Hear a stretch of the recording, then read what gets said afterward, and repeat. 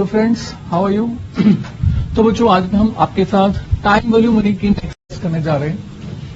But we are going to start time value of money, right. यानी कि समय ही पैसा है एंड पैसा ही समय, राइट। मैं तो लास्ट क्लास के अंदर हमने टाइम वैल्यू मनी के इंटरेस्ट के कई सारे कॉन्सेप्ट सीख लिए थे। हमको सीख लिया था, आपको याद होगा। मैं बहुत जल्दी से रिवाइज कर रहा हूँ। आपको याद होगा सबसे पहले हमने सीखा था यस प्लीज, नो सिर्फ इंटरेस्ट पहले नहीं, हमने सीखा था वाई। सबसे पहले सीखा था वाई, टाइम वैल्यू मनी क्यों, है ना। तो हमने सीखा था time value money is nothing, yes please, usage charges. जिस तरह से एक पर्सन दूसरे पर्सन का कोई असेट यूज करता है और उस असेट यूसेज के बदले कुछ रेंट पे करता है, उसी तरह से अगर एक पर्सन दूसरे पर्सन के फंड्स यूज करे, पैसा यूज करे, तो उस पैसे को तो वापस पे करना है, उसके साथ साथ उसके यूसेज चार्जेस भी पे करने हैं। और जो ये यूसेज चार्जेस होंगे, इसी को हम क्या कहेंगे, टाइम वैल्यू मनी, और यू कैन इंटरेस्ट। इसको आप डिफरेंट डिफरेंट नेम से जानते हैं, ठीक है। अच्छा, number 1, what included in time value money. आपको याद होगा हमने सेकंड पार्ट ये किया था कि हमारे टाइम वैल्यू मनी के अंदर कौन कौन कंपोनेंट्स इंक्लूडेड हैं, मतलब right, inflation and real return is just like the opportunity cost, right. And number 3, yes please, risk premium.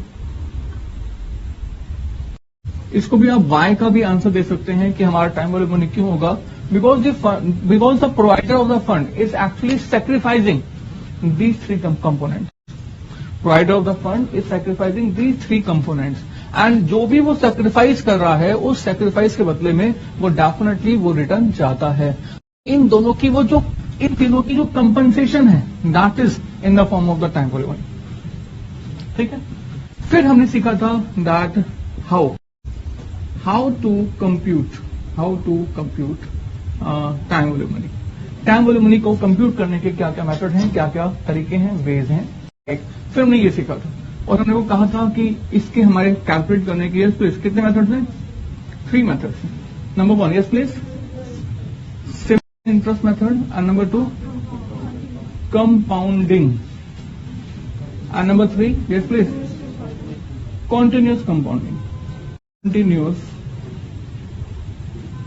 Compounding.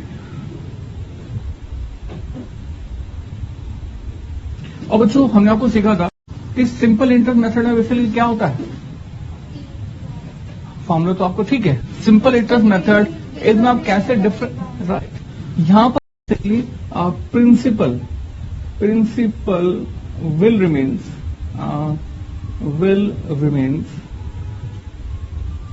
constant every year। ऐसी था ना बच्चों, बिल्कुल ठीक है। Principal remain same every year, right. इसकी कंप्यूटेशन हम लोग कैसे करते हैं, हमने कहते हैं कि हम पहले इंटरेस्ट फाइंड करेंगे, और इंटरेस्ट कैसे फाइंड करेंगे, it will be like this, P/R × T/100।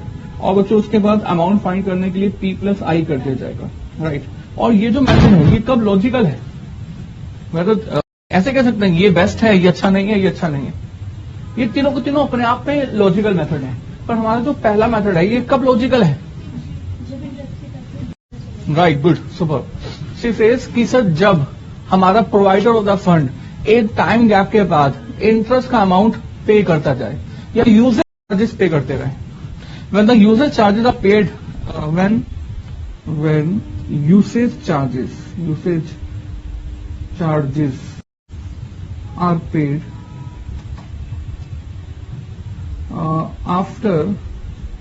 after due, then this method is useful.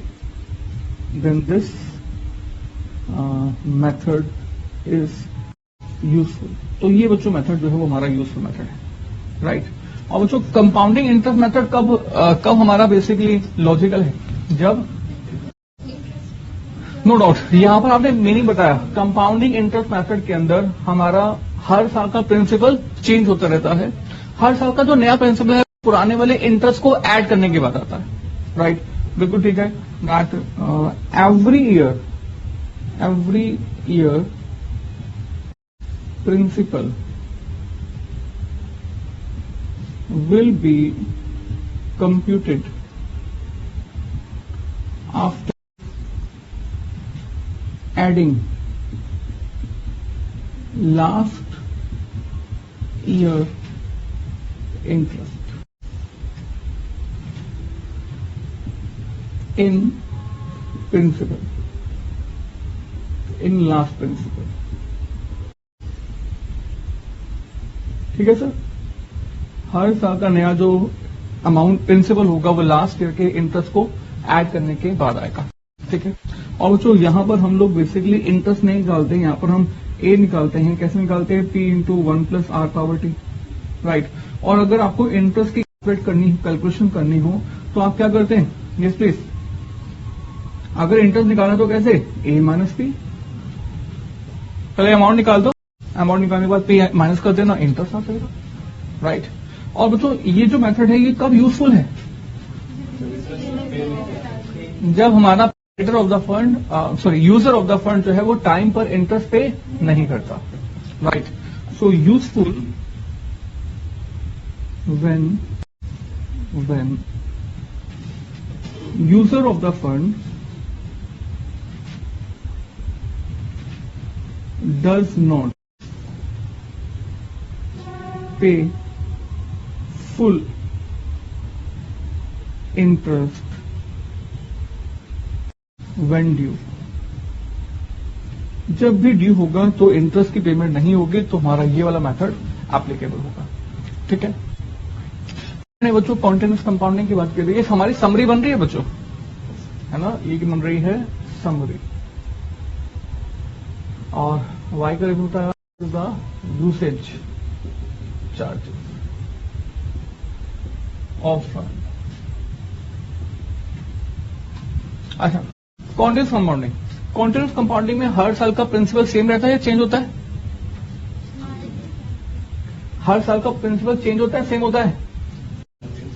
हर रोज हर घंटे में चेंज होता है, राइट? बल्कि मैं यहाँ पर ईयर लिख दिया, मुझे ईयर लिखना नहीं चाहिए था। यहाँ पर ईयर क्या लिखना चाहिए? यहाँ पर क्या लिखना चाहिए था? क्वार्टर या फिर मंथ, राइट? या फिर डे भी चल सकता था, राइट?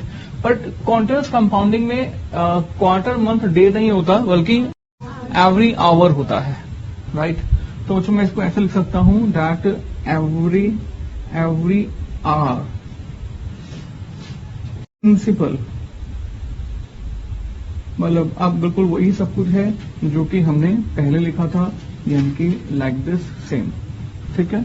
और यहां पर बच्चों हम लोग ए कैसे फाइंड करते हैं? A equal to P into e power R T, ठीक है? और यहां पर भी हम लोग इंटरेस्ट का अमाउंट, इंटरेस्ट कैसे फाइंड करेंगे? Very simple, A minus T. और यहां पर कब यूज होता है? यूजफुल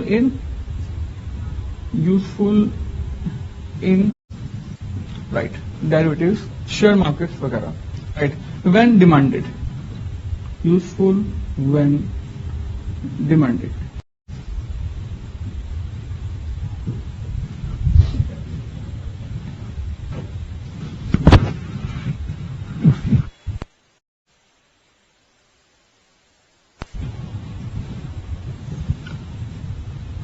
बच्चों हटाते हैं इसे। हाँ जी, तो जो ये हमने समरी बनाई 1 2 3, इसके बाद और कुछ सीखा था हमने? 4 केसेस, बिल्कुल ठीक है sir. Can I rub this? अच्छा, तो इसके बाद हमने 4 केसेस सीखे थे, राइट? बल्कि 4 केसेस से भी ज्यादा इंपॉर्टेंट मैं ये कहूंगा कि मैंने आपको 4 स्टार कॉन्सेप्ट बताए। स्टार कॉन्सेप्ट, है ना? हमने आपको 4 स्टार कॉन्सेप्ट बताए, राइट? बहुत जल्दी से मुझे बताना कौन कौन से स्टार कॉन्सेप्ट थे। Star concept 1 2 3 and 4, right? पहला कॉन्सेप्ट, यस प्लीज।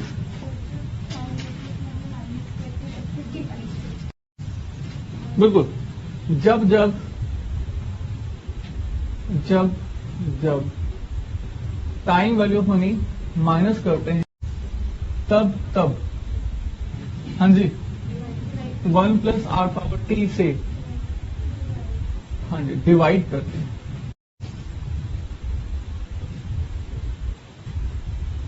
ठीक है, जब जब तब तब, राइट।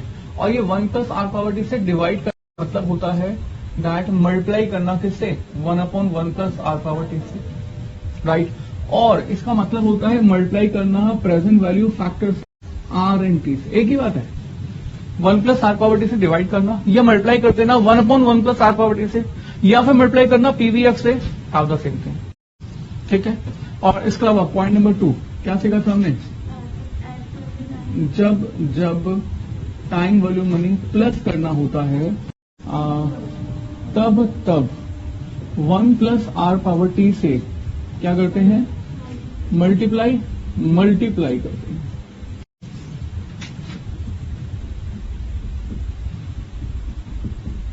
मल्टीप्लाई करते हैं, और वो जो मल्टीप्लाई है 1 प्लस आर पावर या फिर multiply by compounded value factor R और टी, या इसको हम कह सकते हैं future factor, have the same thing, एक ही बात है।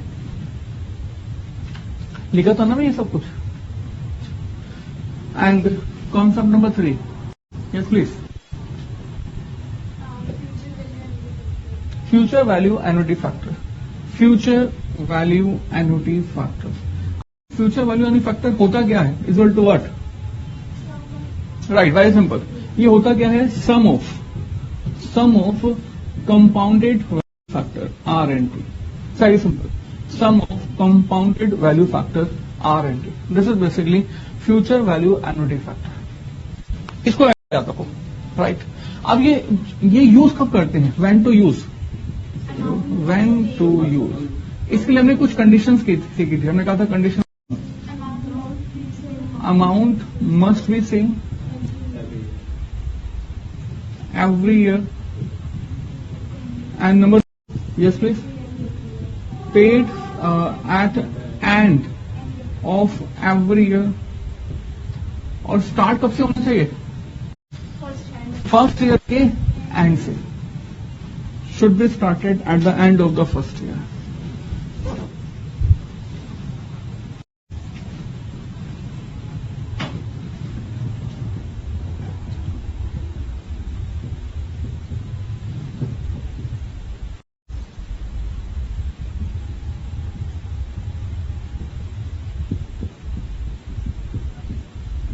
राइट, एंड नंबर 4 और कुछ था नहीं, और कुछ नहीं। अच्छा, ये यूज कब करते हैं, जब हमें टाइम वैल्यू मनी प्लस करना माइनस करना हो, राइट। और जब भी हमें time value of money plus करना हो तो हमें ये यूज करना होता है। और यहां पर और वहां पर टाइम वैल्यू मनी प्लस करने में क्या डिफरेंस है, डिफरेंस ये है कि यहां पर टाइम वैल्यू मनी सिर्फ और सिर्फ एक कंपोनेंट के अंदर ऐड कर रहे हैं, और यहां पर हम लोग टाइम वैल्यू मनी एक कंपोनेंट में नहीं बल्कि सीरीज ऑफ कंपोनेंट में ऐड कर रहे हैं, right. So series of amount लिख दूं तो ज्यादा अच्छा है, ये series of amount should be same every year, right. Okay, so this was the third concept, third star concept actually. Now the fourth star concept, yes please, present value annuity factor. Present value annuity factor, इसमें are and T was there, right. और बच्चों सम of क्या है ये, yes please, some of क्या है ये, present value factor, इसमें आर और टी चाहिए, ये याद रखना। Present value annuity factor is what, sum of present value factor, that's it, right. Sum of the present value factors कब यूज करना है, व्हेन टू यूज पीवीएफ, ये कब यूज करना है, इंपॉर्टेंट है, बच्चे बड़े कंफ्यूज होते हैं, right. Number 1, series of amount must be same. तो सीरीज लिखा है, एक की बात नहीं कर रहे हैं, राइट। डिफरेंट ईयर्स में डिफरेंट अमाउंट, और ये सारे अमाउंट क्या होने, सेम एवरी ईयर, ठीक है बच्चे। उसके बाद नंबर 2, पेड एड या paid every amount must occur at end of every year. Right sir, मुझे बच्चों यहाँ पर या पेड नहीं लिखना चाहिए था, बट मुझे लिखना चाहिए था कि ये अकर होना चाहिए। पेड और रिसीव से कोई फर्क नहीं पड़ता, राइट, क्योंकि ये एक के द्वारा पे होगा और दूसरे के द्वारा रिसीव होगा। Right, point number 3 and the point number 3 क्या लिखा? Should be started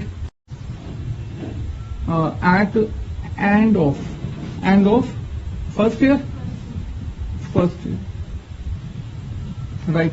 and number 4 we have, yes, हमें क्या करना हो? टाइम वॉल्यूम मनी प्लस या माइनस करना, राइट। बच्चों फ्यूचर वैल्यू, अच्छा यहीं पर ही एनुटी फैक्टर को मैं ऐसे एक्सप्रेस कर सकता हूं कि भैया 1 2 3 4 5 डिफरेंट नंबर्स हैं, 1 2 3 4 5, और मैंने कहा यहां पर जो अमाउंट है वो सेम अकर हो रहा है, राइट। और जो पहला अमाउंट है वो कहां से अकर हो रहा है? फर्स्ट ईयर के एंड से। और अगर आपको इन सभी नंबर्स की प्रेजेंट वैल्यू यानी कि T0 की वैल्यू फाइंड करनी हो, अगर आपको इन सब नंबर्स की प्रेजेंट वैल्यू करनी हो तो आप क्या करेंगे? A into present value annuity factor, इसमें R एंड T यूज कर देंगे, we have the present value. और जो ये वैल्यू आ जाएगी प्रेजेंट वैल्यू, ये कौन से पॉइंट ऑफ टाइम की आएगी? और जैसे आप प्रेजेंट वैल्यू एनुटी फैक्टर से मल्टीप्लाई करेंगे तो आपने ऑटोमेटिकली टाइम वैल्यू मैंने क्या कर दिया? प्लस या माइनस? राइट, माइनस कर दिया, ठीक है। और बच्चों यहां की बात करते हैं, और मैं अगर यहां की बात करूं तो हम ऐसा कह सकते हैं that first second third fourth fifth, first second third fourth and fifth, और यहां पर जो अमाउंट्स हैं वो डिफरेंट पॉइंट ऑफ टाइम के हैं, राइट। और देखो पहले भी ऐसा ही था, बट पहले आपको T0 पे लाना था, तो T0 पे लाने के लिए टाइम वॉल्यूम मनी क्या करना पड़ा? और अगर आपको इन्हीं सब नंबर्स को कैलकुलेट करके फ्यूचर में ले जाना होगा तो आपको टाइम वॉल्यूम मनी प्लस नहीं बल्कि टाइम वॉल्यूम मनी माइनस नहीं बल्कि प्लस करनी होगी, राइट। सो प्लस करनी होगी। तो इस सिचुएशन के अंदर फ्यूचर वैल्यू आप कैसे आइडेंटिफाई करेंगे? A into, yes please, future value annuity factor, इसमें R एंड T यूज करेंगे। और ये अमाउंट आएगा, ये कौन से पॉइंट ऑफ टाइम पर आएगा? T5। तो जब भी फ्यूचर में जाना हो तो टाइम वॉल्यूम मनी प्लस होता है, और जब प्रेजेंट में आना हो तो टाइम वॉल्यूम मनी माइनस होता है। Is it clear? अच्छा, तो बच्चों हमने आपको ये सब कुछ सिखा दिया, आपने सीख लिया। उसके अलावा बच्चों लास्ट क्लास में कैलकुलेटर भी चलाना सीखा था, राइट।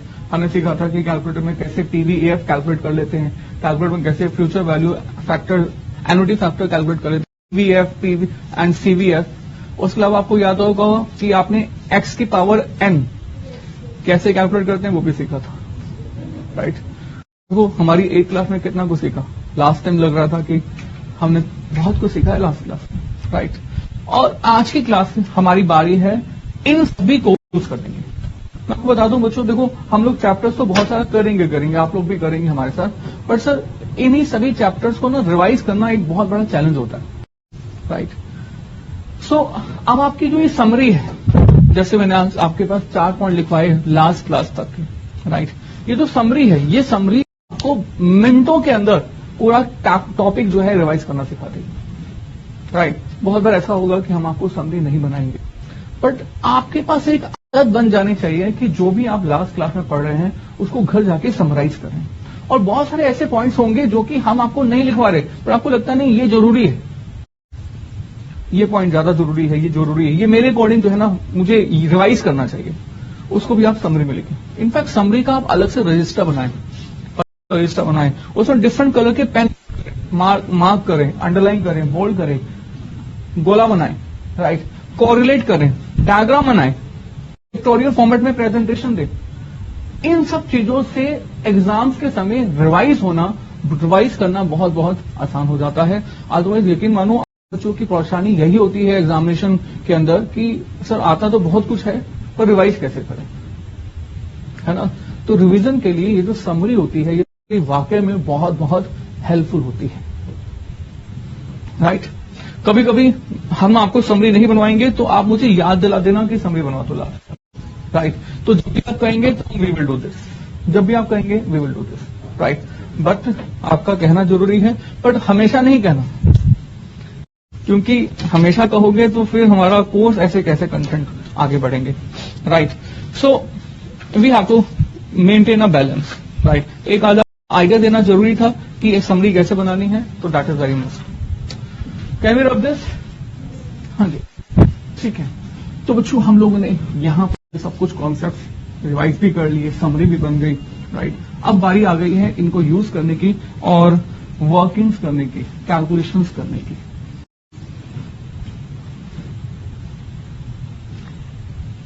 अच्छा, तो बच्चों देखो आपने क्या क्या सोचा हुआ है, प्लीज ऊपर है फाइनेंशियल मैनेजमेंट, जितने भी फाइनेंशियल मैनेजमेंट के प्लान्स हैं, राइट। आपने क्या क्या सुने हुए हैं? फाइनेंस इन्वेस्टमेंट कहूंगा मैं, इन्वेस्टमेंट प्लान्स, ये आपने क्या क्या सुने हुए हैं? कुछ सुना हुआ है? नहीं सुना। मैं सुनाता हूं, एनीथिंग दैट यू हियर। एक बड़ा कॉमन सा है फिक्स डिपॉजिट्स, बोलो फिक्स डिपॉजिट। अच्छा, और कुछ सुना हुआ आपने? म्यूचुअल फंड सुना हुआ, ठीक है। म्यूचुअल फंड सुना हुआ आपने, म्यूचुअल फंड। और बताओ क्या सुना हुआ है? पॉलिसीज, ये पॉलिसीज LIC की भी हो सकती है, ये पॉलिसीज किसी और मैक्स की भी हो सकती है, एंड बहुत सारे डिफरेंट हो सकते हैं। RD सुना हुआ आपने, good, super. He says sir recurring deposit सुना हुआ है, रिकरिंग डिपॉजिट। और क्या सुना हुआ आपने? बॉन्ड सुना हुआ है, डिबेंचर सुना हुआ है, डिबेंचर्स भी सुना हुआ है आपने। सिंकिंग फंड सुना हुआ है, सिंकिंग फंड बिल्कुल सुना हुआ है, राइट। और क्या सुना हुआ? बहुत कुछ, राइट। इक्विटी शेयर्स भी सुना हुआ है, प्रेफरेंस शेयर भी सुना हुआ है, राइट। तो जो ये जितनी भी चीजें आपने सुनी हुई है ना, ये जितनी भी चीजें आपने सुनी हुई हैं, ये सारी की सारी चीजें जो हैं वो टाइम वैल्यू ऑफ मनी के बेसिस पर ही वर्क करती हैं, कंसिडर करती हैं, राइट। कोई मार्केट में एक पॉलिसी आती है, तुम मुझे 10,000 रुपये महीना दो, हम आपको 20,000 रुपये महीना देंगे। तुम मुझे 10,000 महीना आने वाले 30 सालों तक दो, हम आपकी लाइफ तक 20,000 रुपये महीना देंगे, जब तक कि आपकी लाइफ है। देखना, ये जो पॉलिसीज होती हैं ये ऐसे आपको बताती हैं। क्या कहा उन्होंने? अगर आप 30 इयर्स की एज के हैं, देखो नो डाउट पॉलिसीज को अट्रैक्टिव बनाने के लिए पॉलिसीज वाले जो हैं वो आपको परसेंटेज नहीं बताते, राइट। वो बताते हैं स्कीम, बताते हैं स्कीम्स। स्कीम क्या है? स्कीम ये है कि तुम मुझे हर साल क्या पे करो, कितना पे करो।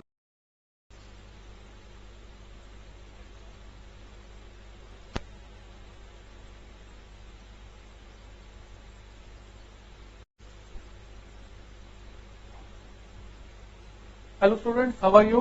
तो बच्चों हम लोग टाइम वैल्यू मनी आपके साथ कर रहे हैं और बीच में लास्ट पीरियड थोड़ा सा एक हो गया है टेक्निकल रीजन के कारण से, जिसको हम दोबारा से रिकॉर्ड करके आपको सामने यहाँ पर प्रेजेंट कर रहे हैं, राइट। तो बच्चों लास्ट वीडियो में हमने आपको बताया कि आपके पास कोई भी प्रैक्टिकल लाइफ के अंदर केस हो, चाहे वो डिबेंचर्स का केस हो, चाहे वो बॉन्ड वैल्यूएशन का बॉन्ड का केस हो, और चाहे तो वो फंड हो, और चाहे तो प्रोविडेंट फंड हो, चाहे तो किसी बिजनेस की बात हो, डिफरेंट सिचुएशंस में, and sinking fund, no doubt sinking fund का केस हो। बच्चों जितने भी नाम आप देखते हैं तो उनमें होता सिर्फ इतना होता है कि हम लोग कुछ पैसा इन्वेस्ट करते हैं और इसके बदले में हमें पैसा रिटर्न में मिल जाता है। और बच्चों जो हमें रिटर्न में मिल जाता है that will consist of 2 things. Number 1 हमारे द्वारा इन्वेस्ट किया गया पैसा, और दूसरा रिटर्न, राइट। तो बच्चों जब तक आप इन सभी के सभी फंड्स के अंदर इनफ्लो और आउटफ्लो को नहीं समझोगे तब तक आप इसको कंसिडर नहीं कर सकते।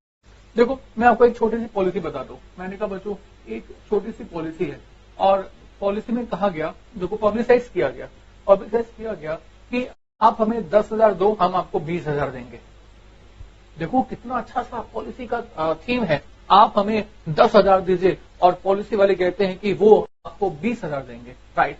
अब स्कीम को और अच्छे तरह से एनालाइज करते हैं। एनालाइज ये करते हैं कि कोई भी पर्सन जो है अपनी पॉकेट से आपको कभी भी कुछ भी पैसा पे नहीं करने वाला।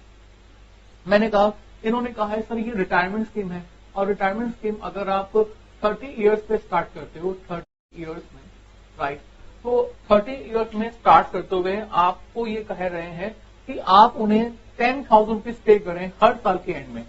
10,000 रुपीज पे कर रहे हैं, 10,000 रुपीज पे कर रहे हैं। और तो ये 31st ईयर हुआ, 32 ईयर हुआ, 33 इयर्स, और ऐसे ही 60 इयर्स तक अगर आप पे करेंगे तो जो 10,000 पे इस तरह से आप पे करेंगे 30 टाइम्स, तो नो डाउट ये अब आपने टोटल अमाउंट कितना पे कर दिया, रुपीज 3 लाख। और बच्चों ये जो 3 लाख रुपीज हैं ये इस साल से लगातार पे करते जा रहे हैं, राइट। और स्कीम कहती है कि 60 इयर्स के बाद 61st ईयर से वो स्कीम आपको 20,000 रुपए का अमाउंट पर एनम पे करेगी, राइट। अब बच्चों ध्यान से सोचिए, आपने अगर 10,000 रुपए का अमाउंट पे किया, ये 3 लाख रुपए आपने जरूर पे किए, पर ये 3 लाख रुपए 30 साल तक लगातार पे करने के बाद 3 लाख नहीं होंगे, ये ऑलमोस्ट 10 लाख हो जाएंगे। मीन्स आपके जो फंड्स हैं इस पॉलिसी में कितने इन्वेस्टेड हैं, ₹10 लाख। अब 10 लाख रुपीज इन्वेस्ट होने का मतलब ये हुआ कि 10 लाख के बदले में हमारा पॉलिसी वाले आपको कितना अमाउंट दे रहे हैं, 20,000। अब बच्चों आप कैलकुलेट कीजिए कि आपको जो रिटर्न मिल रही है वो मिल कितनी रही है, 20,000 divide by 10 lakh into 100, and then please this like I also have the calculator. तो 20,000 divided by 10 lakh percentage, this is just 2%। तो बच्चों उन्होंने आपको टोपी पहना दी, आप उन्हें 10,000 रुपए देते रहे 30 साल तक, जो कि 60 साल के एंड में अराउंड 10 लाख जाते हैं, राइट। क्योंकि ये जब आप इन्वेस्ट करते हैं तो आपको रिटर्न नहीं मिलती है, तो इस तरह से 10 लाख, और वो आपको कितना दे रहे हैं, जस्ट 2% पर एनम। तो स्कीम के अमाउंट से मालूम नहीं चलता कि स्कीम किस तरह की है, हमें मालूम चलता है किससे, रेट से, रिटर्न से। हम इस परसेंटेज रिटर्न को आइडेंटिफाई करते हैं, इस परसेंटेज रिटर्न के बेसिस पर हम आइडेंटिफाई करते हैं कि स्कीम कोई भी हो वो बेस्ट है या नहीं, राइट। तो जो हमारा थीम ये है कि हमें टाइम वैल्यू मनी को कंसिडर करना चाहिए, और टाइम वैल्यू ऑफ मनी को कंसिडर करने के लिए सबसे पहले आपको पहचान होनी चाहिए कि आपके पास आपके किसी भी स्कीम के अंदर, किसी भी फंड के अंदर, किसी भी लोन के अंदर इनफ्लो और आउटफ्लो क्या है। इनफ्लो क्या है, आउटफ्लो क्या है। 2 पर्सन हो सकते हैं, एक आप हो सकते हैं, एक दूसरा पर्सन हो सकता है। आप अगर किसी पर्सन से पैसा उधार लेंगे तो नो डाउट इसके बदले में वापस भी करेंगे, और जो भी अमाउंट आप वापस पे करेंगे that will consist of 2 things. Number 1, आपके द्वारा लिया गया लोन प्लस टाइम मनी, यानी कि यूसेज चार्जेस। मीन्स आपके द्वारा जो अमाउंट वापस रिपे होगा वो रिपेमेंट लोन से भी ज्यादा होगा, राइट। और इसके अलावा अगर आपने किसी दूसरी जगह पर इन्वेस्टमेंट की है, अगर किसी दूसरी जगह पर इन्वेस्टमेंट की है, आज आपने फंड इन्वेस्ट किए हैं 10 लाख रुपीज के, 1 लाख रुपीज के, 1,000 रुपीज के, जो भी, तो आपने यहां पर सेक्रीफाइस किया, तो जो दूसरा पर्सन आपको इसके बदले में पे करेगा वो भी अब 2 चीजें पे करेगा, that is your amount invested and usage charges. In this case अब आपको आपके द्वारा इन्वेस्ट किया गया पैसा डिफरेंट पॉइंट ऑफ टाइम पर मिल जाएगा, इसके अलावा आपको और क्या मिलेगा, यूसेज चार्जेस। तो बच्चों कहने का मतलब ये कि किसी भी तरह से जो प्रोवाइडर ऑफ द फंड होता है वो हमेशा एक्स्ट्रा रिटर्न लेता है because of the usage charges of the amount invested. अगर आप प्रोवाइडर ऑफ द फंड है तो आपको यूसेज चार्जेस रिसीव होंगे, अगर आपके दूसरी वाली party provider of the fund है तो उसको यूसेज चार्जेस मिलेंगे, राइट। तो बच्चों based on all this theme हमें अब कुछ न्यूमेरिकल्स करने चाहिए जिसमें कि आप ही आइडेंटिफाई कर सकें कि टाइम वैल्यू मनी के क्वेश्चंस एग्जाम्स में क्या आएंगे, और इसके अलावा हमें प्रैक्टिकली इसको किस तरह से जानना चाहिए, राइट। तो बच्चों हम लोग आपके बुक के क्वेश्चन कर रहे हैं, तो मैं चाहूंगा कि आप बुक निकाल लें। बुक के अंदर पहले 1 to 5 क्वेश्चन जो है वो बेसिक क्वेश्चंस हैं, उसके बाद एक्सरसाइज गिवन है, राइट। पहले 1 to 5 के कुछ बेसिक क्वेश्चन से स्टार्ट करते हैं। Paper we have I think this is 1.3 और 1.4, 1.3, राइट। तो 0.3 क्वेश्चन बच्चों, 0.3 page number and question number first we have to start. Question number हम लोग देखने जा रहे हैं, बेसिकली क्वेश्चन नंबर 1। तो देखिएगा बच्चों क्या है question. And question says a person is required to pay annual payment of ₹8,000 in his deposit account. अच्छा मैं आपको बता दूं बच्चों, हम लोग कोई स्पेसिफिक कैटेगरी के क्वेश्चन अलग अलग नहीं कर रहे। मैं चाहूंगा, क्योंकि पेपर में भी ऐसा नहीं होता कि ये इस क्वेश्चन है पेपर में आ गया, फिर अगली बार दूसरी कैटेगरी क्वेश्चन आ गया। आपको ये आइडेंटिफाई करना होता है कि कौन सी कैटेगरी का कौन सा क्वेश्चन है। तो बच्चों हमारे पास मिक्स क्वेश्चन होंगे और मिक्स क्वेश्चन में आपको आइडेंटिफाई करना होगा कि हमारे पास 4 कैटेगरी थे, स्टार कॉन्सेप्ट 1, 2, 3, 4। तो उन स्टार कॉन्सेप्ट में से कौन सा कॉन्सेप्ट लगेगा, इसको आपको डिफरेंट पॉइंट ऑफ टाइम पर आइडेंटिफाई करना होगा और यही सिखाना हमारा काम भी है, राइट। तो लेट अस स्टार्ट। तो बच्चों हमने कहा क्वेश्चन नंबर 1 से स्टार्ट कर रहे हैं। तो let us see this question number 1 क्या कहता है। It says a person is required to pay annual payments of ₹8,000 in his deposit account that pays 10% interest per year. Find out the future value of the annuity at the end of the 5 years. तो बच्चों क्या कहता है कि एक person जो है अपने डिपॉजिट अकाउंट के अंदर कुछ पैसे लगातार एक सीरीज के साथ डिपॉजिट कर रहा है। ध्यान से देखिए, person is required to pay annual payments, एक पेमेंट नहीं बच्चों, एनुअल पेमेंट्स मतलब ईयरली पेमेंट्स पे करता है। और तो ये ईयरली पेमेंट है फर्स्ट ईयर के एंड में, सेकेंड ईयर के एंड में, थर्ड ईयर के एंड में, फोर्थ ईयर के एंड में एंड फिफ्थ ईयर के एंड में। और ये जो अपने अकाउंट में अमाउंट डिपॉजिट कर रहा है बच्चों, ये कितने कितने रुपीज, जैसे ₹8,000, 8,000, 8,000 एंड ₹8,000, राइट। तो कहता है दैट पेज 10% इंटरेस्ट, जहां इंटरेस्ट मिलता है, और जो ये इंटरेस्ट मिलता है वो कितना इंटरेस्ट मिलता है, 10% per annum. Find out the future value of the annuity. बस एन्युटी वर्ड क्यों यूज कर रहा है, क्योंकि यहां पर एक डिपॉजिट नहीं है, यहां पर series of the deposit, right. तो एक पर्सन ने 8,000 रुपए अपने अकाउंट के अंदर डिफरेंट एनुअल इंस्टॉलमेंट के पे किए, 10% इंटरेस्ट है। Find the future value of the annuity at the end of the 5 year. तो बताइए बच्चों, 5th ईयर के एंड में उसे कितना अमाउंट मिलेगा, राइट। तो बच्चों देखिएगा फिर से, आप मुझे बताइए, हम जिस पर्सन की बात कर रहे हैं वो person provider of the fund या फिर user of the fund, right. Is the provider of the fund, is providing the fund to the second other person. अब तो ये प्रोवाइडर ऑफ द फंड है, तो इस पर्सन को इन सभी के सभी अमाउंट पर क्या मिलना चाहिए, यूसेज चार्जेस, राइट। तो जो इस 8,000 यूसेज चार्जेस मिलेंगे और 5 साल के एंड में मिलेंगे, और कितने सालों के लिए, 4 इयर्स में, और यहाँ पर 3 इयर्स के लिए, यहाँ पर 2 इयर्स के लिए, और यहाँ पर बच्चों कितने, 1 ईयर के लिए, राइट। तो बच्चों हम लोग क्या यूज करेंगे, हम कहेंगे इस 8,000 पर 4 इयर्स का रिटर्न इसको मिलेगा, 8,000 पर 3 इयर्स का। और बच्चों ये जो केस आपको दिख रहा है, लग रहा है, क्या क्या कौन सा केस है, this is star concept number 3। देखो स्टार कॉन्सेप्ट नंबर 3 की सारी कंडीशन सेटिस्फाई हो रही है। हमें टाइम वैल्यू मनी हर 8 इस पर्सन को 5th ईयर के एंड में अपने 8,000 रुपीज तो मिल ही जाएंगे, उसके अलावा उसको और क्या मिलेगा, टाइम वैल्यू मनी, राइट। क्योंकि उसने इस पैसे को प्रोवाइड किया, उसने इस 8,000 को सेक्रीफाइस किया, इस सेक्रीफाइस के ऊपर उसको अमाउंट रिटर्न मिलेगा। इस 8,000 के ऊपर उसको 3 साल का रिटर्न मिलेगा, इस 8,000 पर 2 साल का, इस पर 1 ईयर का। तो ये सीरीज ऑफ पेमेंट है और इस 8,000 का अमाउंट एज इट इज मिलेगा। ये सीरीज ऑफ पेमेंट है, नंबर 1। नंबर 2, हर साल के एंड ये जो अमाउंट है ये सेम है। पहला अमाउंट फर्स्ट ईयर के एंड में स्टार्ट हो रहा है, और हर साल में हर डिपॉजिट अमाउंट में हमें टाइम वैल्यू मनी प्लस करना है। तो बच्चों सारी कंडीशन सेटिस्फाई हो रही है, और अगर सारी कंडीशन सेटिस्फाई होती हैं तो हमें फ्यूचर वैल्यू फाइंड करने के लिए, तो बच्चों एट क्या करना होता है, 8,000 multiply by present future value annuity. और यहाँ पर जो रेट है, ये रेट कितना है बच्चों, 10%। और जो यहाँ पर टाइम है, टाइम वो कितना है बच्चों 5 ईयर।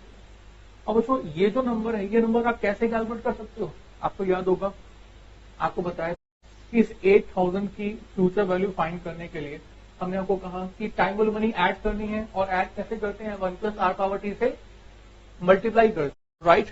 तो हम लोग यहाँ पर 1 + 0.10 पावर, तो जो कितनी पावर है 4, and again 8000 into 1 + 0.10 power 3, and 8000 into 1 + 0.10 power 2, and 8000 into 1 + 0.1 power 1, and 8000 into 1 + 0.10 power 0, right. इस 8000 के लिए पावर यहाँ पर 0 यूज कर रहा है। कॉमन कर लेते हैं बच्चों हम लोग 8000, और ब्रैकेट में आपके पास बच क्या गया 1.10 power 4, 1.10 power 3, and 1.10 power 2, 1.10 power 1, and 1.10 power 2। तो जो इसकी कैलकुलेशन करनी है, आपको याद होगा बताया था कि इस नंबर को तो हम 1 कहेंगे और इन सब नंबर्स की कैलकुलेशन करेंगे, और इन सब नंबर्स की कैलकुलेशन हम लोग कैलकुलेटर से भी कर सकते हैं। कैसे, 1.1 प्लस कीजिए, एंड देन मेमोरी प्लस कीजिए, इससे ये नंबर मेमोरी में चला जाएगा। इसके बाद multiply by equal two plus कीजिए, अब आपके पास जो है पावर 2 की वैल्यू आ जाएगी, इसको भी मेमोरी में प्लस कर दीजिए, right. And then multiply equal to press कीजिए, अब आपके पास पावर 3 आ जाएगी, इसको भी आप मेमोरी में डाल दीजिए, right. And then multiply by equal to फिर प्रेस कीजिए, तो आपके पास पावर 4 होगी, इसको भी मेमोरी में डाल दीजिए, राइट। ऐसा करने से ये चारों नंबर मेमोरी में जाकर ऐड हो जाते हैं, और बच्चों जैसे ये ऐड हो जाते हैं तो उसके बाद प्रेस कीजिएगा MRC, मेमोरी रिपीट। तो मेमोरी रिपीट के अंदर इन सभी नंबर्स का ऑलरेडी आपने सम फाइंड कर दिया, राइट। और बच्चों इसमें हम लोग प्लस करेंगे, जो भी नंबर आएगा उसमें प्लस करेंगे, +1 इक्वल टू, ये 1 बच्चों फर्स्ट के लिए, तो ये जो नंबर बचेगा that is basically future value annuity factor. तो फिर से करके देखते हैं, what we have 1 and m plus, right, and then multiply equal to, multiply by equal to power 2 आ गई, m+2 3 कोई बच्चों यहां पर आपको मल्टीप्लाई बाय दोबारा से प्रेस नहीं करने, यहां पर तो हमें लिखना होगा 1.1 memory plus m plus, and then multiply by equal to m plus, yes please, and then equal to only m plus, equal to only m, right. फिर से बच्चों 1.1 m प्लस चला गया, 1.1 प्लस किया, m प्लस चला गया, and then multiply equal to power 2, power 3, power 4, and then MRC, और उसमें हम +1 इक्वल टू कर देंगे, तो बच्चों आपके पास ये नंबर आ जाता है दैट इज 6.1051, राइट। और बच्चों 8000 को हम लोग 6.1051 से मल्टीप्लाई भी कर देते हैं 8000 से, and this is we have 48840.8, right, और यू कैन से 48841 रुपीज। तो जो ये जो सीरीज ऑफ अमाउंट है 8000 रुपीज, इन सबकी जो फ्यूचर वैल्यू है टाइम वैल्यू मनी ऐड करने के बाद इट विल बी 48841, राइट बच्चों, कॉपी करेंगे, ओके। तो बच्चों ये हमने सबसे फर्स्ट क्वेश्चन किया, राइट। क्वेश्चन देखिए इसके बाद, just see the question number 2।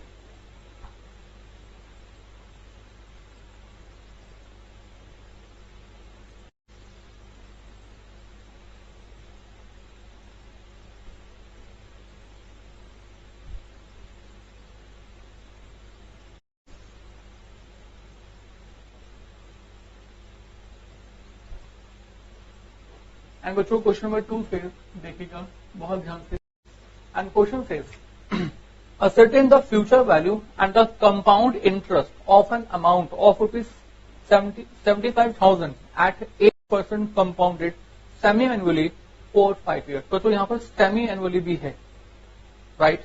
और बच्चों आपके पास ऊपर वाले एग्जाम्पल में एनुअली नहीं था, और आपको याद होगा, आपको लास्ट तक बताया था कि बाय डिफॉल्ट आपको जो रेट ऑफ इंटरेस्ट कैलकुलेट करना होता है वो कंपाउंडेड कैसे फाइंड करना होता है, ऑलवेज एनुअली, राइट। तो ये बाय डिफॉल्ट कब यूज होता है, जब हमें क्वेश्चन में कोई इंफॉर्मेशन प्रोवाइड ना की हो। अगर आपको क्वेश्चन में कोई इंफॉर्मेशन प्रोवाइड है तो हम उसी इंफॉर्मेशन के अकॉर्डिंग हम अपनी वर्किंग को आगे की तरफ प्रोसीड करते हैं। राइट, तो जो और आगे चलते हैं तो लिखा हुआ है इसके बाद that ascertain the future value, तो कहता है फ्यूचर वैल्यू बताइएगा and compound interest of an amount. तो बच्चों बताइए फ्यूचर वैल्यू कितनी है और अमाउंट कितना है, ऑफ रुपीज 75,000 का 75,000 रुपए का फ्यूचर वैल्यू कितनी है, और एट 8% कंपाउंडेड, जिसमें जो है वो 8% है, और कंपाउंडेड ये कैसे हो रहा है बच्चों, क्वेश्चन के according that is basically semi annually. तो सेमी एनुअली का मतलब क्या हुआ, 6 मंथ्स के गैप में, राइट, 4-5 ईयर्स और 5 साल के बाद, राइट। तो बच्चों मुझे बताइए, मैं यहाँ पर फ्यूचर वैल्यू फाइंड करना चाहता हूँ, क्या मैं फ्यूचर वैल्यू ऐसे फाइंड कर सकता हूँ 75,000 into future value of annuality factor? No, why not, क्योंकि ये जो 75,000 का अमाउंट है ये सिंगल है, और लास्ट एग्जांपल के अंदर ये जो अमाउंट हमें गिवन थे वो एक सीरीज ऑफ अमाउंट की बात हो रही है, राइट। जब सीरीज ऑफ अमाउंट की बात होती है तो हम एनुअलिटी फैक्टर यूज करते हैं, बट अगर एक सिंगल अमाउंट की बात होती है तो हम लोग एनुअलिटी फैक्टर यूज नहीं करते। तो वो तो क्या कहेंगे, क्या करेंगे, एक इन्वेस्टर ने 75,000 रुपीज एक डिपॉजिट अकाउंट में पैसा जमा किया, राइट, और 8% जो है वो कंपाउंडेड सेमी एनुअली है। तो बताइए 5 साल के बाद उसको कितना पैसा मिलेगा, राइट। तो उसको कितना पैसा मिलेगा, इसके लिए हम कहेंगे इसको हमें मल्टीप्लाई कर देना चाहिए, किससे, 1 + r⁻t से, मल्टीप्लाई बाय 1 + r⁻t। क्यों, क्योंकि जब आप इन्वेस्टर की तरह से सोचोगे तो 75,000 का जब वो पैसा इन्वेस्ट करेगा तो उसे जो वापस रिसीव होगा तो उसके अपने पैसे तो रिसीव होंगे ही होंगे, इसके साथ साथ उससे और क्या मिलेगा, टाइम वैल्यू मनी। तो हमें इस 75,000 में टाइम वैल्यू मनी क्या कर देना चाहिए, ऐड, और ऐड करने के लिए प्लस r⁻t से मल्टीप्लाई करते हैं, राइट। और बच्चों यही हम यहाँ पर करने जा रहे हैं, what I mean, this is 75,000 into 1 + r 0.08 power t 5। पर रुको, ये सेमी एनुअली है, और अगर ये सेमी एनुअली है हमारे क्वेश्चन के अकॉर्डिंग तो हम इस वाले नंबर हाफ ईयर में कन्वर्ट कर देंगे, और यहाँ पर हमें ईयर्स नहीं लिखने होंगे, अब हमें लिखने होंगे इस ड्यूरेशन में कितने हाफ ईयर्स हैं, और बच्चों 5 ईयर्स में कितने हाफ ईयर्स हैं। आपको मालूम है कि 1 ईयर के अंदर 2 हाफ ईयर होते हैं, तो 5 ईयर्स में कितने half years, we say multiply by 2, right. तो बच्चों now in this way we can find out the future value, it is 1 + 0.04 power 10, और ये वैल्यू हम कैलकुलेट कर सकते हैं with the help of the calculator variances. कैसे, 1.04 प्रेस करेंगे, मल्टीप्लाई बाय इक्वल टू, ऐसा करने पर आपके स्क्रीन पर आपका आंसर होगा वो पावर 2 का होगा, राइट। और हमें पावर चाहिए, तो बच्चों 3, 4, 5, 6, 7, 8, 9, 10, जैसे कि आपको लास्ट क्लास में बताया था कि पावर 10 के लिए आपको जो इक्वल टू प्रेस करना है वो 1 कम 1 लेस प्रेस करना है, एक बार कम। तो बच्चों आप लोग तो यहाँ पर इक्वल टू प्रेस करेंगे वो 9 टाइम्स लाइक दिस, हमने कहा 1.04 भी है, multiply by equal to power हो गई 3, 4, 5, 6, 7, 8, 9, 10, राइट। तो मेरे पास इसकी वैल्यू आ जाती है 75,000 इंटू 1.480244, एंड बच्चों मल्टीप्लाई कर देते हैं, मल्टीप्लाई बाय 75,000, दिस इज 1,10,000, 18.32, 1,11,000, 18.32,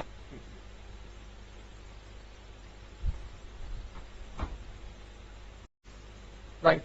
और बच्चों अगर अब आपको यह भी कहा गया कि आप कंपाउंड इंटरेस्ट निकालिए, ये तो फ्यूचर वैल्यू है ना, इसको मैं अमाउंट भी कह सकता हूँ कि 75 की तो फ्यूचर वैल्यू होगी, अमाउंट जो होगा वो कितना होगा 1,10,18.32।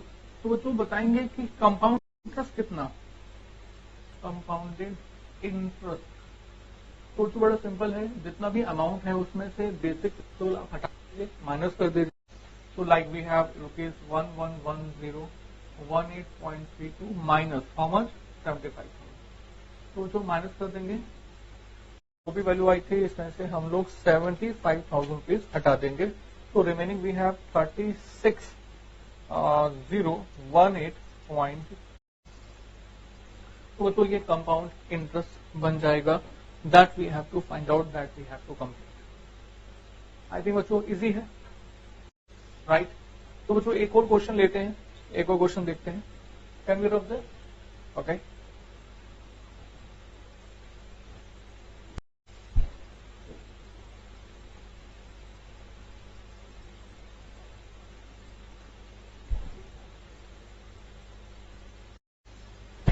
तो बच्चों और आगे चलेंगे। नेक्स्ट एक और क्वेश्चन हम देख रहे हैं आपके साथ, that is question number 4। Question number 4, right right. And question says, देखिए बच्चों क्या कहता है, a company offers a fixed deposit scheme. लीजिए आपके फेवरेट फिक्स्ड डिपॉजिट की बात हो रही है। A company offers a fixed deposit scheme where by ₹1,000 matures to ₹12625 after 2 years। बच्चों की हमारी कंपनी एक ऑफर लेके आई है, जिस ऑफर के अंदर कुछ इस तरह से बात की जा रही है कि T0 पॉइंट ऑफ टाइम पर आप जो है 10,000 रुपए डिपॉजिट कीजिए, राइट। मेच्योर समझते हो बच्चों? मेच्योर मतलब होता है कि अगर आप T0 पर 10,000 जमा करते हो तो कुछ समय के बाद आपको कितना पैसा इसके बदले में वापस मिलेगा, राइट। तो कितना पैसा आपको वापस मिलेगा कुछ समय के बाद? 2 साल के बाद हमारे क्वेश्चन के अकॉर्डिंग हमारे इन्वेस्टर को वापस मिलेंगे 12625 रुपीज, राइट। तो हमने कहा फर्स्ट ईयर है ये, first year and then second year. तो सेकेंड ईयर के बाद हमारे इन्वेस्टर को वापस मिलेंगे 12625 rupees, right, on a half yearly compounding basis. तो कहता है कि किस बेसिस पे मिलेंगे पैसे? Half yearly compounding, half yearly compounding, this is the basis of, right, half yearly compounding basis. तो बच्चों और आगे लिखता है, if the company wishes to amend the scheme by compounding interest quarterly. कहता है कि अगर हाफ ईयरली कंपाउंडिंग के अकॉर्डिंग निकालें तो 10,000 की जगह इन्वेस्टर को इतने पैसे मिलेंगे, और अगर इस स्कीम थोड़ा सा अमेंड ये कर दें कि हाफ ईयरली कंपाउंडिंग की जगह पर इसको हम लोग क्वार्टरली में कन्वर्ट कर दें, quarterly compounding, quarterly compounding, right. तो बताइए बच्चों, अब हमारे इन्वेस्टर को मिलेगा on the deposit of ₹10,000, right. और बच्चों यहां पर जो रेट होगा वो रेट कौन सा होगा? वही होगा जो रेट पहले यहां। बच्चों देखो क्वेश्चन ने कहा what will be the revise maturity value. बताइए नई वाली स्कीम की मैच्योरिटी वैल्यू कितनी होगी, राइट। पहले कंपाउंडिंग हाफ ईयरली है और अब कंपाउंडिंग क्वार्टरली है, तो पहले वाला जो रेट था हम वो रेट ही कंसिडर करेंगे और हमें बताना है कि मैच्योरिटी वैल्यू कितनी होगी। एंड नो डाउट आप समझ रहे हैं कि अब जो भी मैच्योरिटी वैल्यू होगी वो पहले वाले से कम होगी या ज्यादा? यस, हाई, ज्यादा, क्योंकि यहां पर हर 3 महीने इंटरेस्ट की कंप्यूटेशन की जा रही है और उस 3 महीने की कंप्यूटेशन के ऊपर आपको इंटरेस्ट फाइंड करने जा रहा है। तो यहां पर जो भी वैल्यू आएगी वो वैल्यू हमारे पहले वाली वैल्यू से ही होगी, ज्यादा होगी, राइट। तो बच्चों कैसे किया जाएगा, we have to talk about. तो इस पर्पज से बच्चों हमारा पहला स्टेप तो ये होगा कि पहले रेट क्या था वो आइडेंटिफाई करना, और उसके बाद स्टेप होगा अगर ये निकल गया तो ये आ गया, और उसके बाद ये आइडेंटिफाई करना कि कंपाउंडिंग क्वार्टरली के वाले केस के अंदर much amount investor will have in the new scheme, in the revised scheme, right? तो बच्चों this is we have to talk about। तो देखते हैं कि कैसे करें। तो बच्चों सबसे पहले हमें आर निकालना है, टाइम वैल्यू मनी निकालना है। तो बच्चों यहाँ पर क्या कह रहे हैं कि प्रिंसिपल पहले 10,000 था जो कि कुछ समय के बाद कितना हो गया 12625। तो बच्चों वेरी सिंपल, ये 10,000 से 12625 क्यों हुआ? क्योंकि इस वाले अमाउंट के अंदर यूसेज चार्जेस भी ऑलरेडी इंक्लूडेड है। तो अगर आप 12625 में से यूसेज चार्जेस हटा देंगे, माइनस कर देंगे, और आपको मालूम है यूसेज चार्जेस माइनस करने के लिए क्या करते हैं 1 + r⁻t से यस डिवाइड। इसमें से अगर आप यूसेज चार्जेस हटा देंगे, माइनस कर देंगे, तो अब आपके पास वापस क्या बच जाएगा? ₹10,000। यस ना? राइट। तो वो कॉन्सेप्ट वही है, रिश्ता वही, सोच नहीं। आपको जो है बस सोचना है कि इस रिश्ते को, हमारे जो 4 रिश्ते हैं, उन 4 रिश्तों को कब कहां पर अप्लाई करना है। 10,000 की वैल्यू 1 to 6 to 5 हो गई है, तो 1 to 6 to 5 में से टाइम वैल्यू मनी हटा दें तो बच्चों बाकी क्या बन जाएगा? 10,000। अब हाँ, ये है हाफ ईयरली कंपाउंडिंग, यानी कि R/2 करेंगे, और टाइम पीरियड हमें मालूम है ये कितने ईयर्स का है? 2 ईयर्स का। बट रुको, यहाँ पर पावर में ईयर्स नहीं आते, अब यहाँ पर क्या आते हैं कि अगर ये हाफ ईयरली कंपाउंडिंग है तो यहाँ पर आएगा numbers of half years. Numbers of half year, in 2 years में हमारे नंबर्स ऑफ हाफ ईयर्स कितने हैं? 1 ईयर में 2 होते हैं और 2 ईयर्स में 4 होते हैं। राइट। तो बच्चों आपके पास इस तरह से ये नंबर बन गया है, that is basically 1 + R/2 power 4 = 1 to 6 to 5 and divided by 10,000, and 1 + R/2 power 4 = 1.2625 and 1 + R/2, and ये पावर 4 है बच्चों, जो कि राइट हैंड साइड में क्या बन जाएगी? 4th root 12625। और बच्चों इसको सोल्व करना तो बहुत आसान है। कैसे आसान है कि आप इस नंबर को लिख सकते हैं 1.225 एंड पावर 1/4, और बच्चों इस नंबर को आप लिख सकते हैं that is power 1/2 and whole power 1/2 again. 1/4 को हमने 2 हिस्सों में बांट दिया, 1/2 ब्रैकेट के बाहर 1/2 मल्टीप्लाई होके आपके पास यही नंबर बचता। राइट। तो बच्चों ये जो है ये क्या है? 1.2625 का स्क्वायर रूट, और एक और स्क्वायर रूट है, मतलब आप 2 बार स्क्वायर रूट करना है, and this is the value of 1/R/2। तो जो कैलकुलेशन कीजिएगा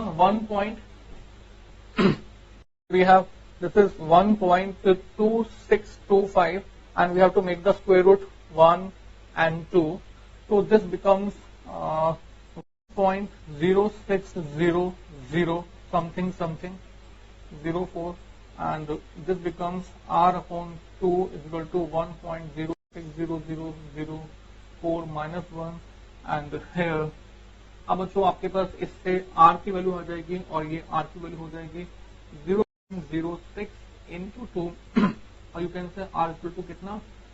12%।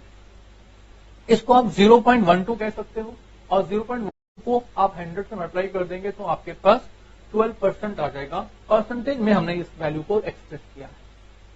तो बच्चों अब आपने कहा कि भैया पहले वाले केस के अंदर जो आपके पास टाइम वैल्यू मनी है वो कितनी है? 12%, जब आपके पास ईयरली हाफ ईयरली कंपाउंडिंग है। अब हम वो अमेंड करके नई स्कीम में कन्वर्ट करना चाहते हैं जिसमें कि रेट वही रहेगा जो पहले था, बट क्वार्टरली कंपाउंडिंग होगा। राइट। तो बच्चों मैं इस रिवाइज स्कीम को आपके सामने यहाँ पर एक्सप्रेस करना चाहूंगा। रिवाइज स्कीम, हमारी जो रिवाइज स्कीम है वो है क्या?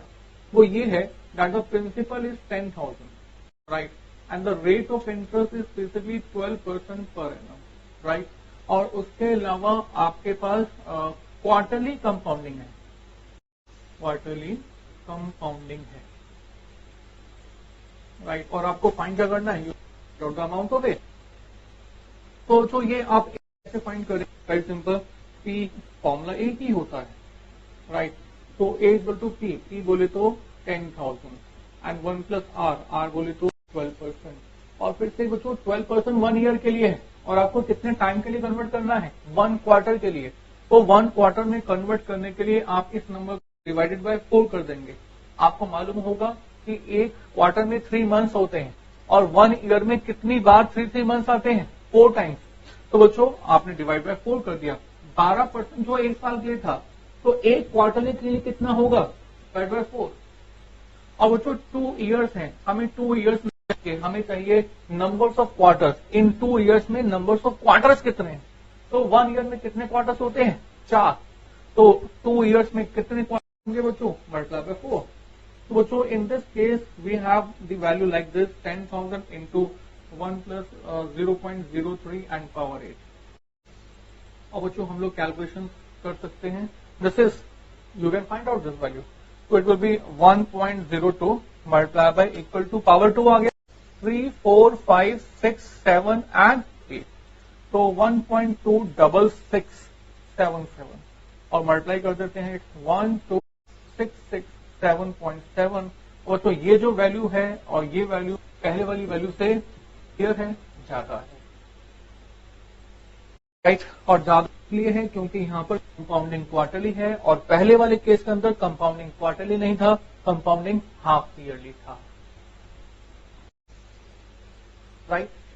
वो जो कॉपी करेंगे जल्दी से, बहुत जल्दी, ओके। तो बच्चों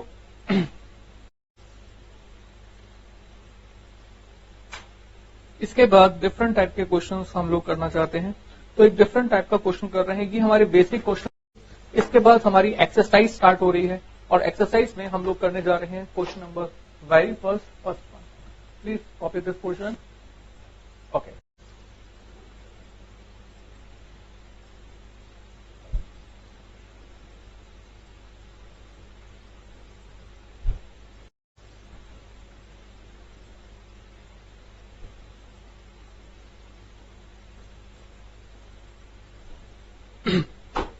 जो हम लोग करने जा रहे हैं मेन एक्सरसाइज, और इस मेन एक्सरसाइज के अंदर हम करने जा रहे हैं क्वेश्चन नंबर 20, राइट। देखते हैं बच्चों हमारे पास क्वेश्चन क्या कहता है। And question number 1 says if a 14% ₹1000 ICICI debentures. तो बच्चों अब आपके साथ जो बात हो रही है वो डिबेंचर्स की हो रही है। कोई बात नहीं, कोई भी बात हो, दैट विल नॉट मैटर। हमें हर एक इंफॉर्मेशन को डायग्रामेटिकली करना है। मैंने वो कहा कि कोई भी स्कीम हो टाइम वैल्यू मनी पर ही बेस्ड होती है। हमें तो बस ये देखना है इनफ्लो क्या है एंड आउटफ्लो क्या है। Inflow and outflow we have to consider only. तो जो लिखा हुआ है इफ अ 14% ₹1000 डिबेंचर्स, राइट। तो बच्चों मुझे बता सकते हो ये 14% क्या है? 14% is the rate of interest. और बच्चों रेट इंटरेस्ट हमेशा हमेशा किस पर कैलकुलेट किया जाता है? That is always on the face value. ये हमेशा के लिए याद रखना कि जो ये रेट ऑफ इंटरेस्ट होता है, ये रेट ऑफ इंटरेस्ट हमेशा हमेशा किस पर होता है? फेस वैल्यू पर, राइट। और ये जो 1000 रुपीज हमें गिवन है, ये क्या चीज है? This is the face value, this is the face value of debenture, right sir. आगे चलते हैं बच्चों। लिखा हुआ है वास परचेज ₹4,13,450। इन डिबेंचर्स को हमारा एक इन्वेस्टर कितने में बाय कर सकता है? This is the purchase price, purchase price. इस वाले डिबेंचर को हमारा इन्वेस्टर 1350 में बाय कर सकता है, राइट। बच्चों 1000 तो फेस वैल्यू है और उसको बाय किस प्राइस पर किया जा सकता है किसी इन्वेस्टर के द्वारा? 1350, okay. And the price of the security rises to 1500 by the end of the year. अब बच्चों इस सिक्योरिटी, इस डिबेंचर का जो प्राइस है वो एक साल के बाद, 1 ईयर के बाद कितना बन गया है? 1500। This is the price at end, this is the price at end, right. चलिए और आगे चलते हैं। देखता है find the rate of return for the debenture. बताओ एक ऐसा डिबेंचर का क्या रेट ऑफ रिटर्न होगा जिस पर्सन ने इस डिबेंचर को परचेज किया होगा। बच्चों आपके मन में आ रहा होगा इस तरह अजीब सा पूछ रहा है, रेट ऑफ इंटरेस्ट तो गिवन है। नो बच्चों, आपसे रेट ऑफ रिटर्न, आपसे रेट ऑफ रिटर्न पूछ रहा है, आपसे रेट ऑफ रिटर्न पूछ रहा है। ये जो हमें गिवन है ये क्या है? Rate of interest. अब आप कहोगे सर क्या फर्क है? रेट ऑफ इंटरेस्ट और रेट ऑफ रिटर्न को एक जैसा दिखता है? नो सर, एक जैसा नहीं है। ध्यान से सुनिए। देखो यहां पर मैं आपको छोटा सा एग्जांपल दे रहा हूं इक्विटी शेयर का। इक्विटी शेयर से आप ज्यादा समझ जाएंगे।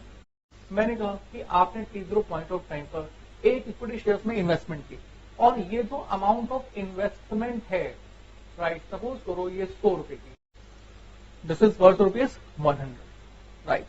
अब इस इन्वेस्टमेंट के ऊपर आपको एक साल के बाद 1 ईयर कंप्लीट होने के डिविडेंड मिल जाता है, डिविडेंड, राइट। और जो ये डिविडेंड मिल जाता है दैट इज ₹5, ₹5 का डिविडेंड। तो बच्चों मुझे बताओगे आपके रिटर्न नहीं हुए?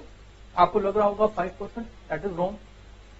वाई आप कहोगे तो 5/100 इंटू 5 हो तो गया, नहीं सर, आपने T0 पॉइंट ऑफ टाइम पर 100 में इन्वेस्टमेंट परचेज तो की, शेयर परचेज तो किया, बट 1 ईयर के बाद भी क्या इसका मार्केट प्राइस पर शेयर 100 रुपए का ही होगा? नो। तो मालूम है कि market price of the equity share तो टाइम टू टाइम चेंज होता रहता है। अगर यहां पर 100 रुपए का, तो आने वाले पॉइंट ऑफ टाइम पर at the end of the year ये चेंज हो जाएगा, महंगा सपोज करो ये 120 हो जाएगा, राइट। तो बच्चों जो इन्वेस्टर 100 रुपए का डिवेंचर परचेज 100 रुपए का इक्विटी शेयर परचेज कर रहा है, वो एक साल के बाद 120 में इसको बेच सकता है, तो यहां से वो कितना प्रॉफिट कमा सकता है? वो कमा सकता है 20 रुपए का। और इसके अलावा उसे डिविडेंड का अमाउंट जो 5 रुपए का मिल रहा है वो तो मिलना तय है। तो मतलब इसका जो टोटल रिटर्न हुआ, वो टोटल रिटर्न कितने रुपीस का हो गया? That is ₹25। 25 रुपए का रिटर्न तय हो गया।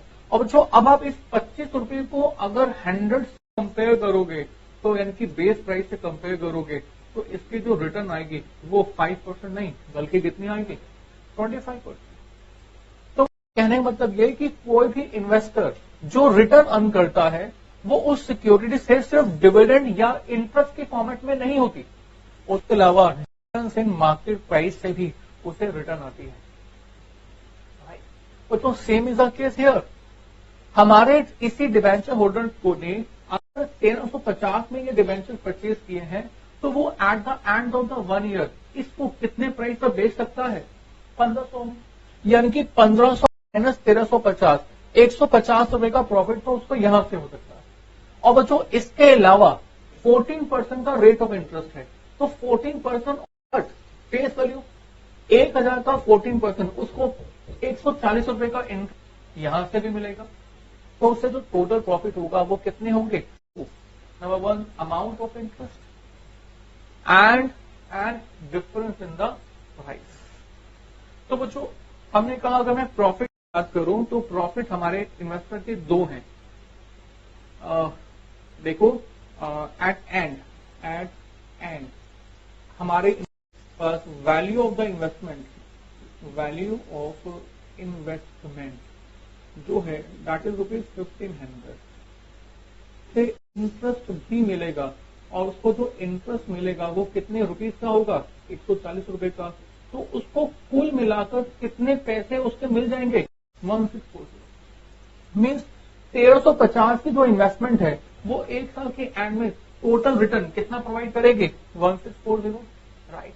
तो बच्चों देखो अब बड़ा सिंपल हो गया, इतने पैसे इन्वेस्ट करो, एक साल के बाद इतने मिल जाएंगे, राइट।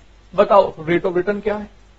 तो अब ये जो रेट ऑफ रिटर्न आएगा 14% नहीं होगा, क्योंकि 14% तो सिर्फ और सिर्फ किसके रिस्पेक्ट से था?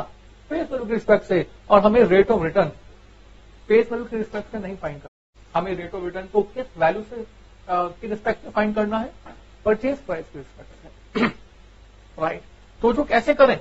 हमने कहा इतना पैसा किया, इतना पैसा मिला, ये हमारे इन्वेस्टर का इनफ्लो हुआ, ये आउटफ्लो हुआ। जो इनफ्लो है वो आउटफ्लो से ज्यादा है, और ये ज्यादा क्यों है? क्योंकि इसको वैल्यू मनी मिल रही है। तो इस 1640 में अगर हम टाइम वैल्यू मनी हटा दें माइनस कर दें, तो बच्चों कैसे आते हैं? 1 + r⁻n से डिवाइड करके। तो बच्चों आपके पास ये जो बच जाएगा वो क्या बच जाएगा? Amount of investment, right. तो in this way R find करना है, टाइम हमें मालूम है, टाइम इज जस्ट 1 ईयर। तो we have 1 + r⁻1 = 1640 divided by 1350, right. तो जैसे ये करते हैं तो we will have the value 1 + r⁻1 divide कर देते हैं, तो this is we have 1640 divided by 1350 and this is 1.2148। और बच्चों आर की वैल्यू फाइंड करेंगे तो कितना आएगा? दिस। और परसेंटेज के फॉर्मेट में अगर फाइंड करेंगे then R will be 21.48%, right. बच्चों सॉल्व करने के और भी बहुत सारे तरीके हो सकते हैं, बट आपको मैं through out the financial management सिर्फ एक ही वे में करवाने हूं, ताकि आप कॉन्सेप्ट को एक ही वे में कॉन्सेप्ट के तरीके से पकड़ें, कोई फॉर्मूला रटे ना, लर्न ना करें, राइट। तो बच्चों पूरे फाइनेंशियल मैनेजमेंट में मेरी पूरी कोशिश होगी कि आप इसको समझें, लॉजिकली पकड़ें, ना कि आप इसको रटें। राइट, तो प्लीज कीजिएगा। इसके बाद बच्चों आने वाले वीडियो में मैं कुछ क्वेश्चंस करवाने वाला हूं। मैं चाहूंगा कि इन क्वेश्चंस को आप खुद पहले अपने आप से ट्राई करें एंड देन मेरे साथ करें। और question number 9, question number 7, question number 9, 7, 9 और उसके बाद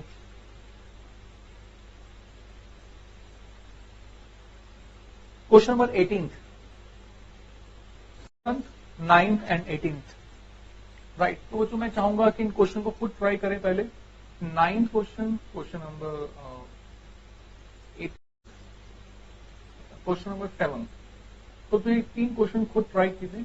तो जो इसके अलावा बाकी क्वेश्चन आप कर लेंगे मुझे मालूम है, पर थोड़ा थोड़ा ट्रिकी जो कॉन्सेप्ट है उस कॉन्सेप्ट को बताने के लिए मैं चाहूंगा कि इन क्वेश्चंस को नेक्स्ट वीडियो को देखने से पहले खुद ट्राई करें, क्योंकि जब तक आप खुद ट्राई नहीं करेंगे तब तक आपको ये बिलीव नहीं होगा कि हम कर क्या रहे। देखो बहुत बार ऐसा होता है, आप बहुत सारी क्लासेस पढ़े भी होंगे कि चीजें आंखों के आगे से निकल जाती हैं पर याद नहीं रहता, क्योंकि वो आपने खुद नहीं किया होता। अगर आप खुद करेंगे तो डेफिनेटली चीजें आपको याद भी रहेंगी और आप उसको पकड़ के रखेंगे। राइट, तो बच्चों मैं चाहूंगा कि इन क्वेश्चंस को नेक्स्ट वीडियो देखने से पहले खुद ट्राई करें एंड देन नेक्स्ट वीडियो देखें, और उसके बाद भी बाकी जो क्वेश्चंस होंगे उनको रिवाइज करें, अपने आप से करें। राइट, तो please do these 3 questions right now.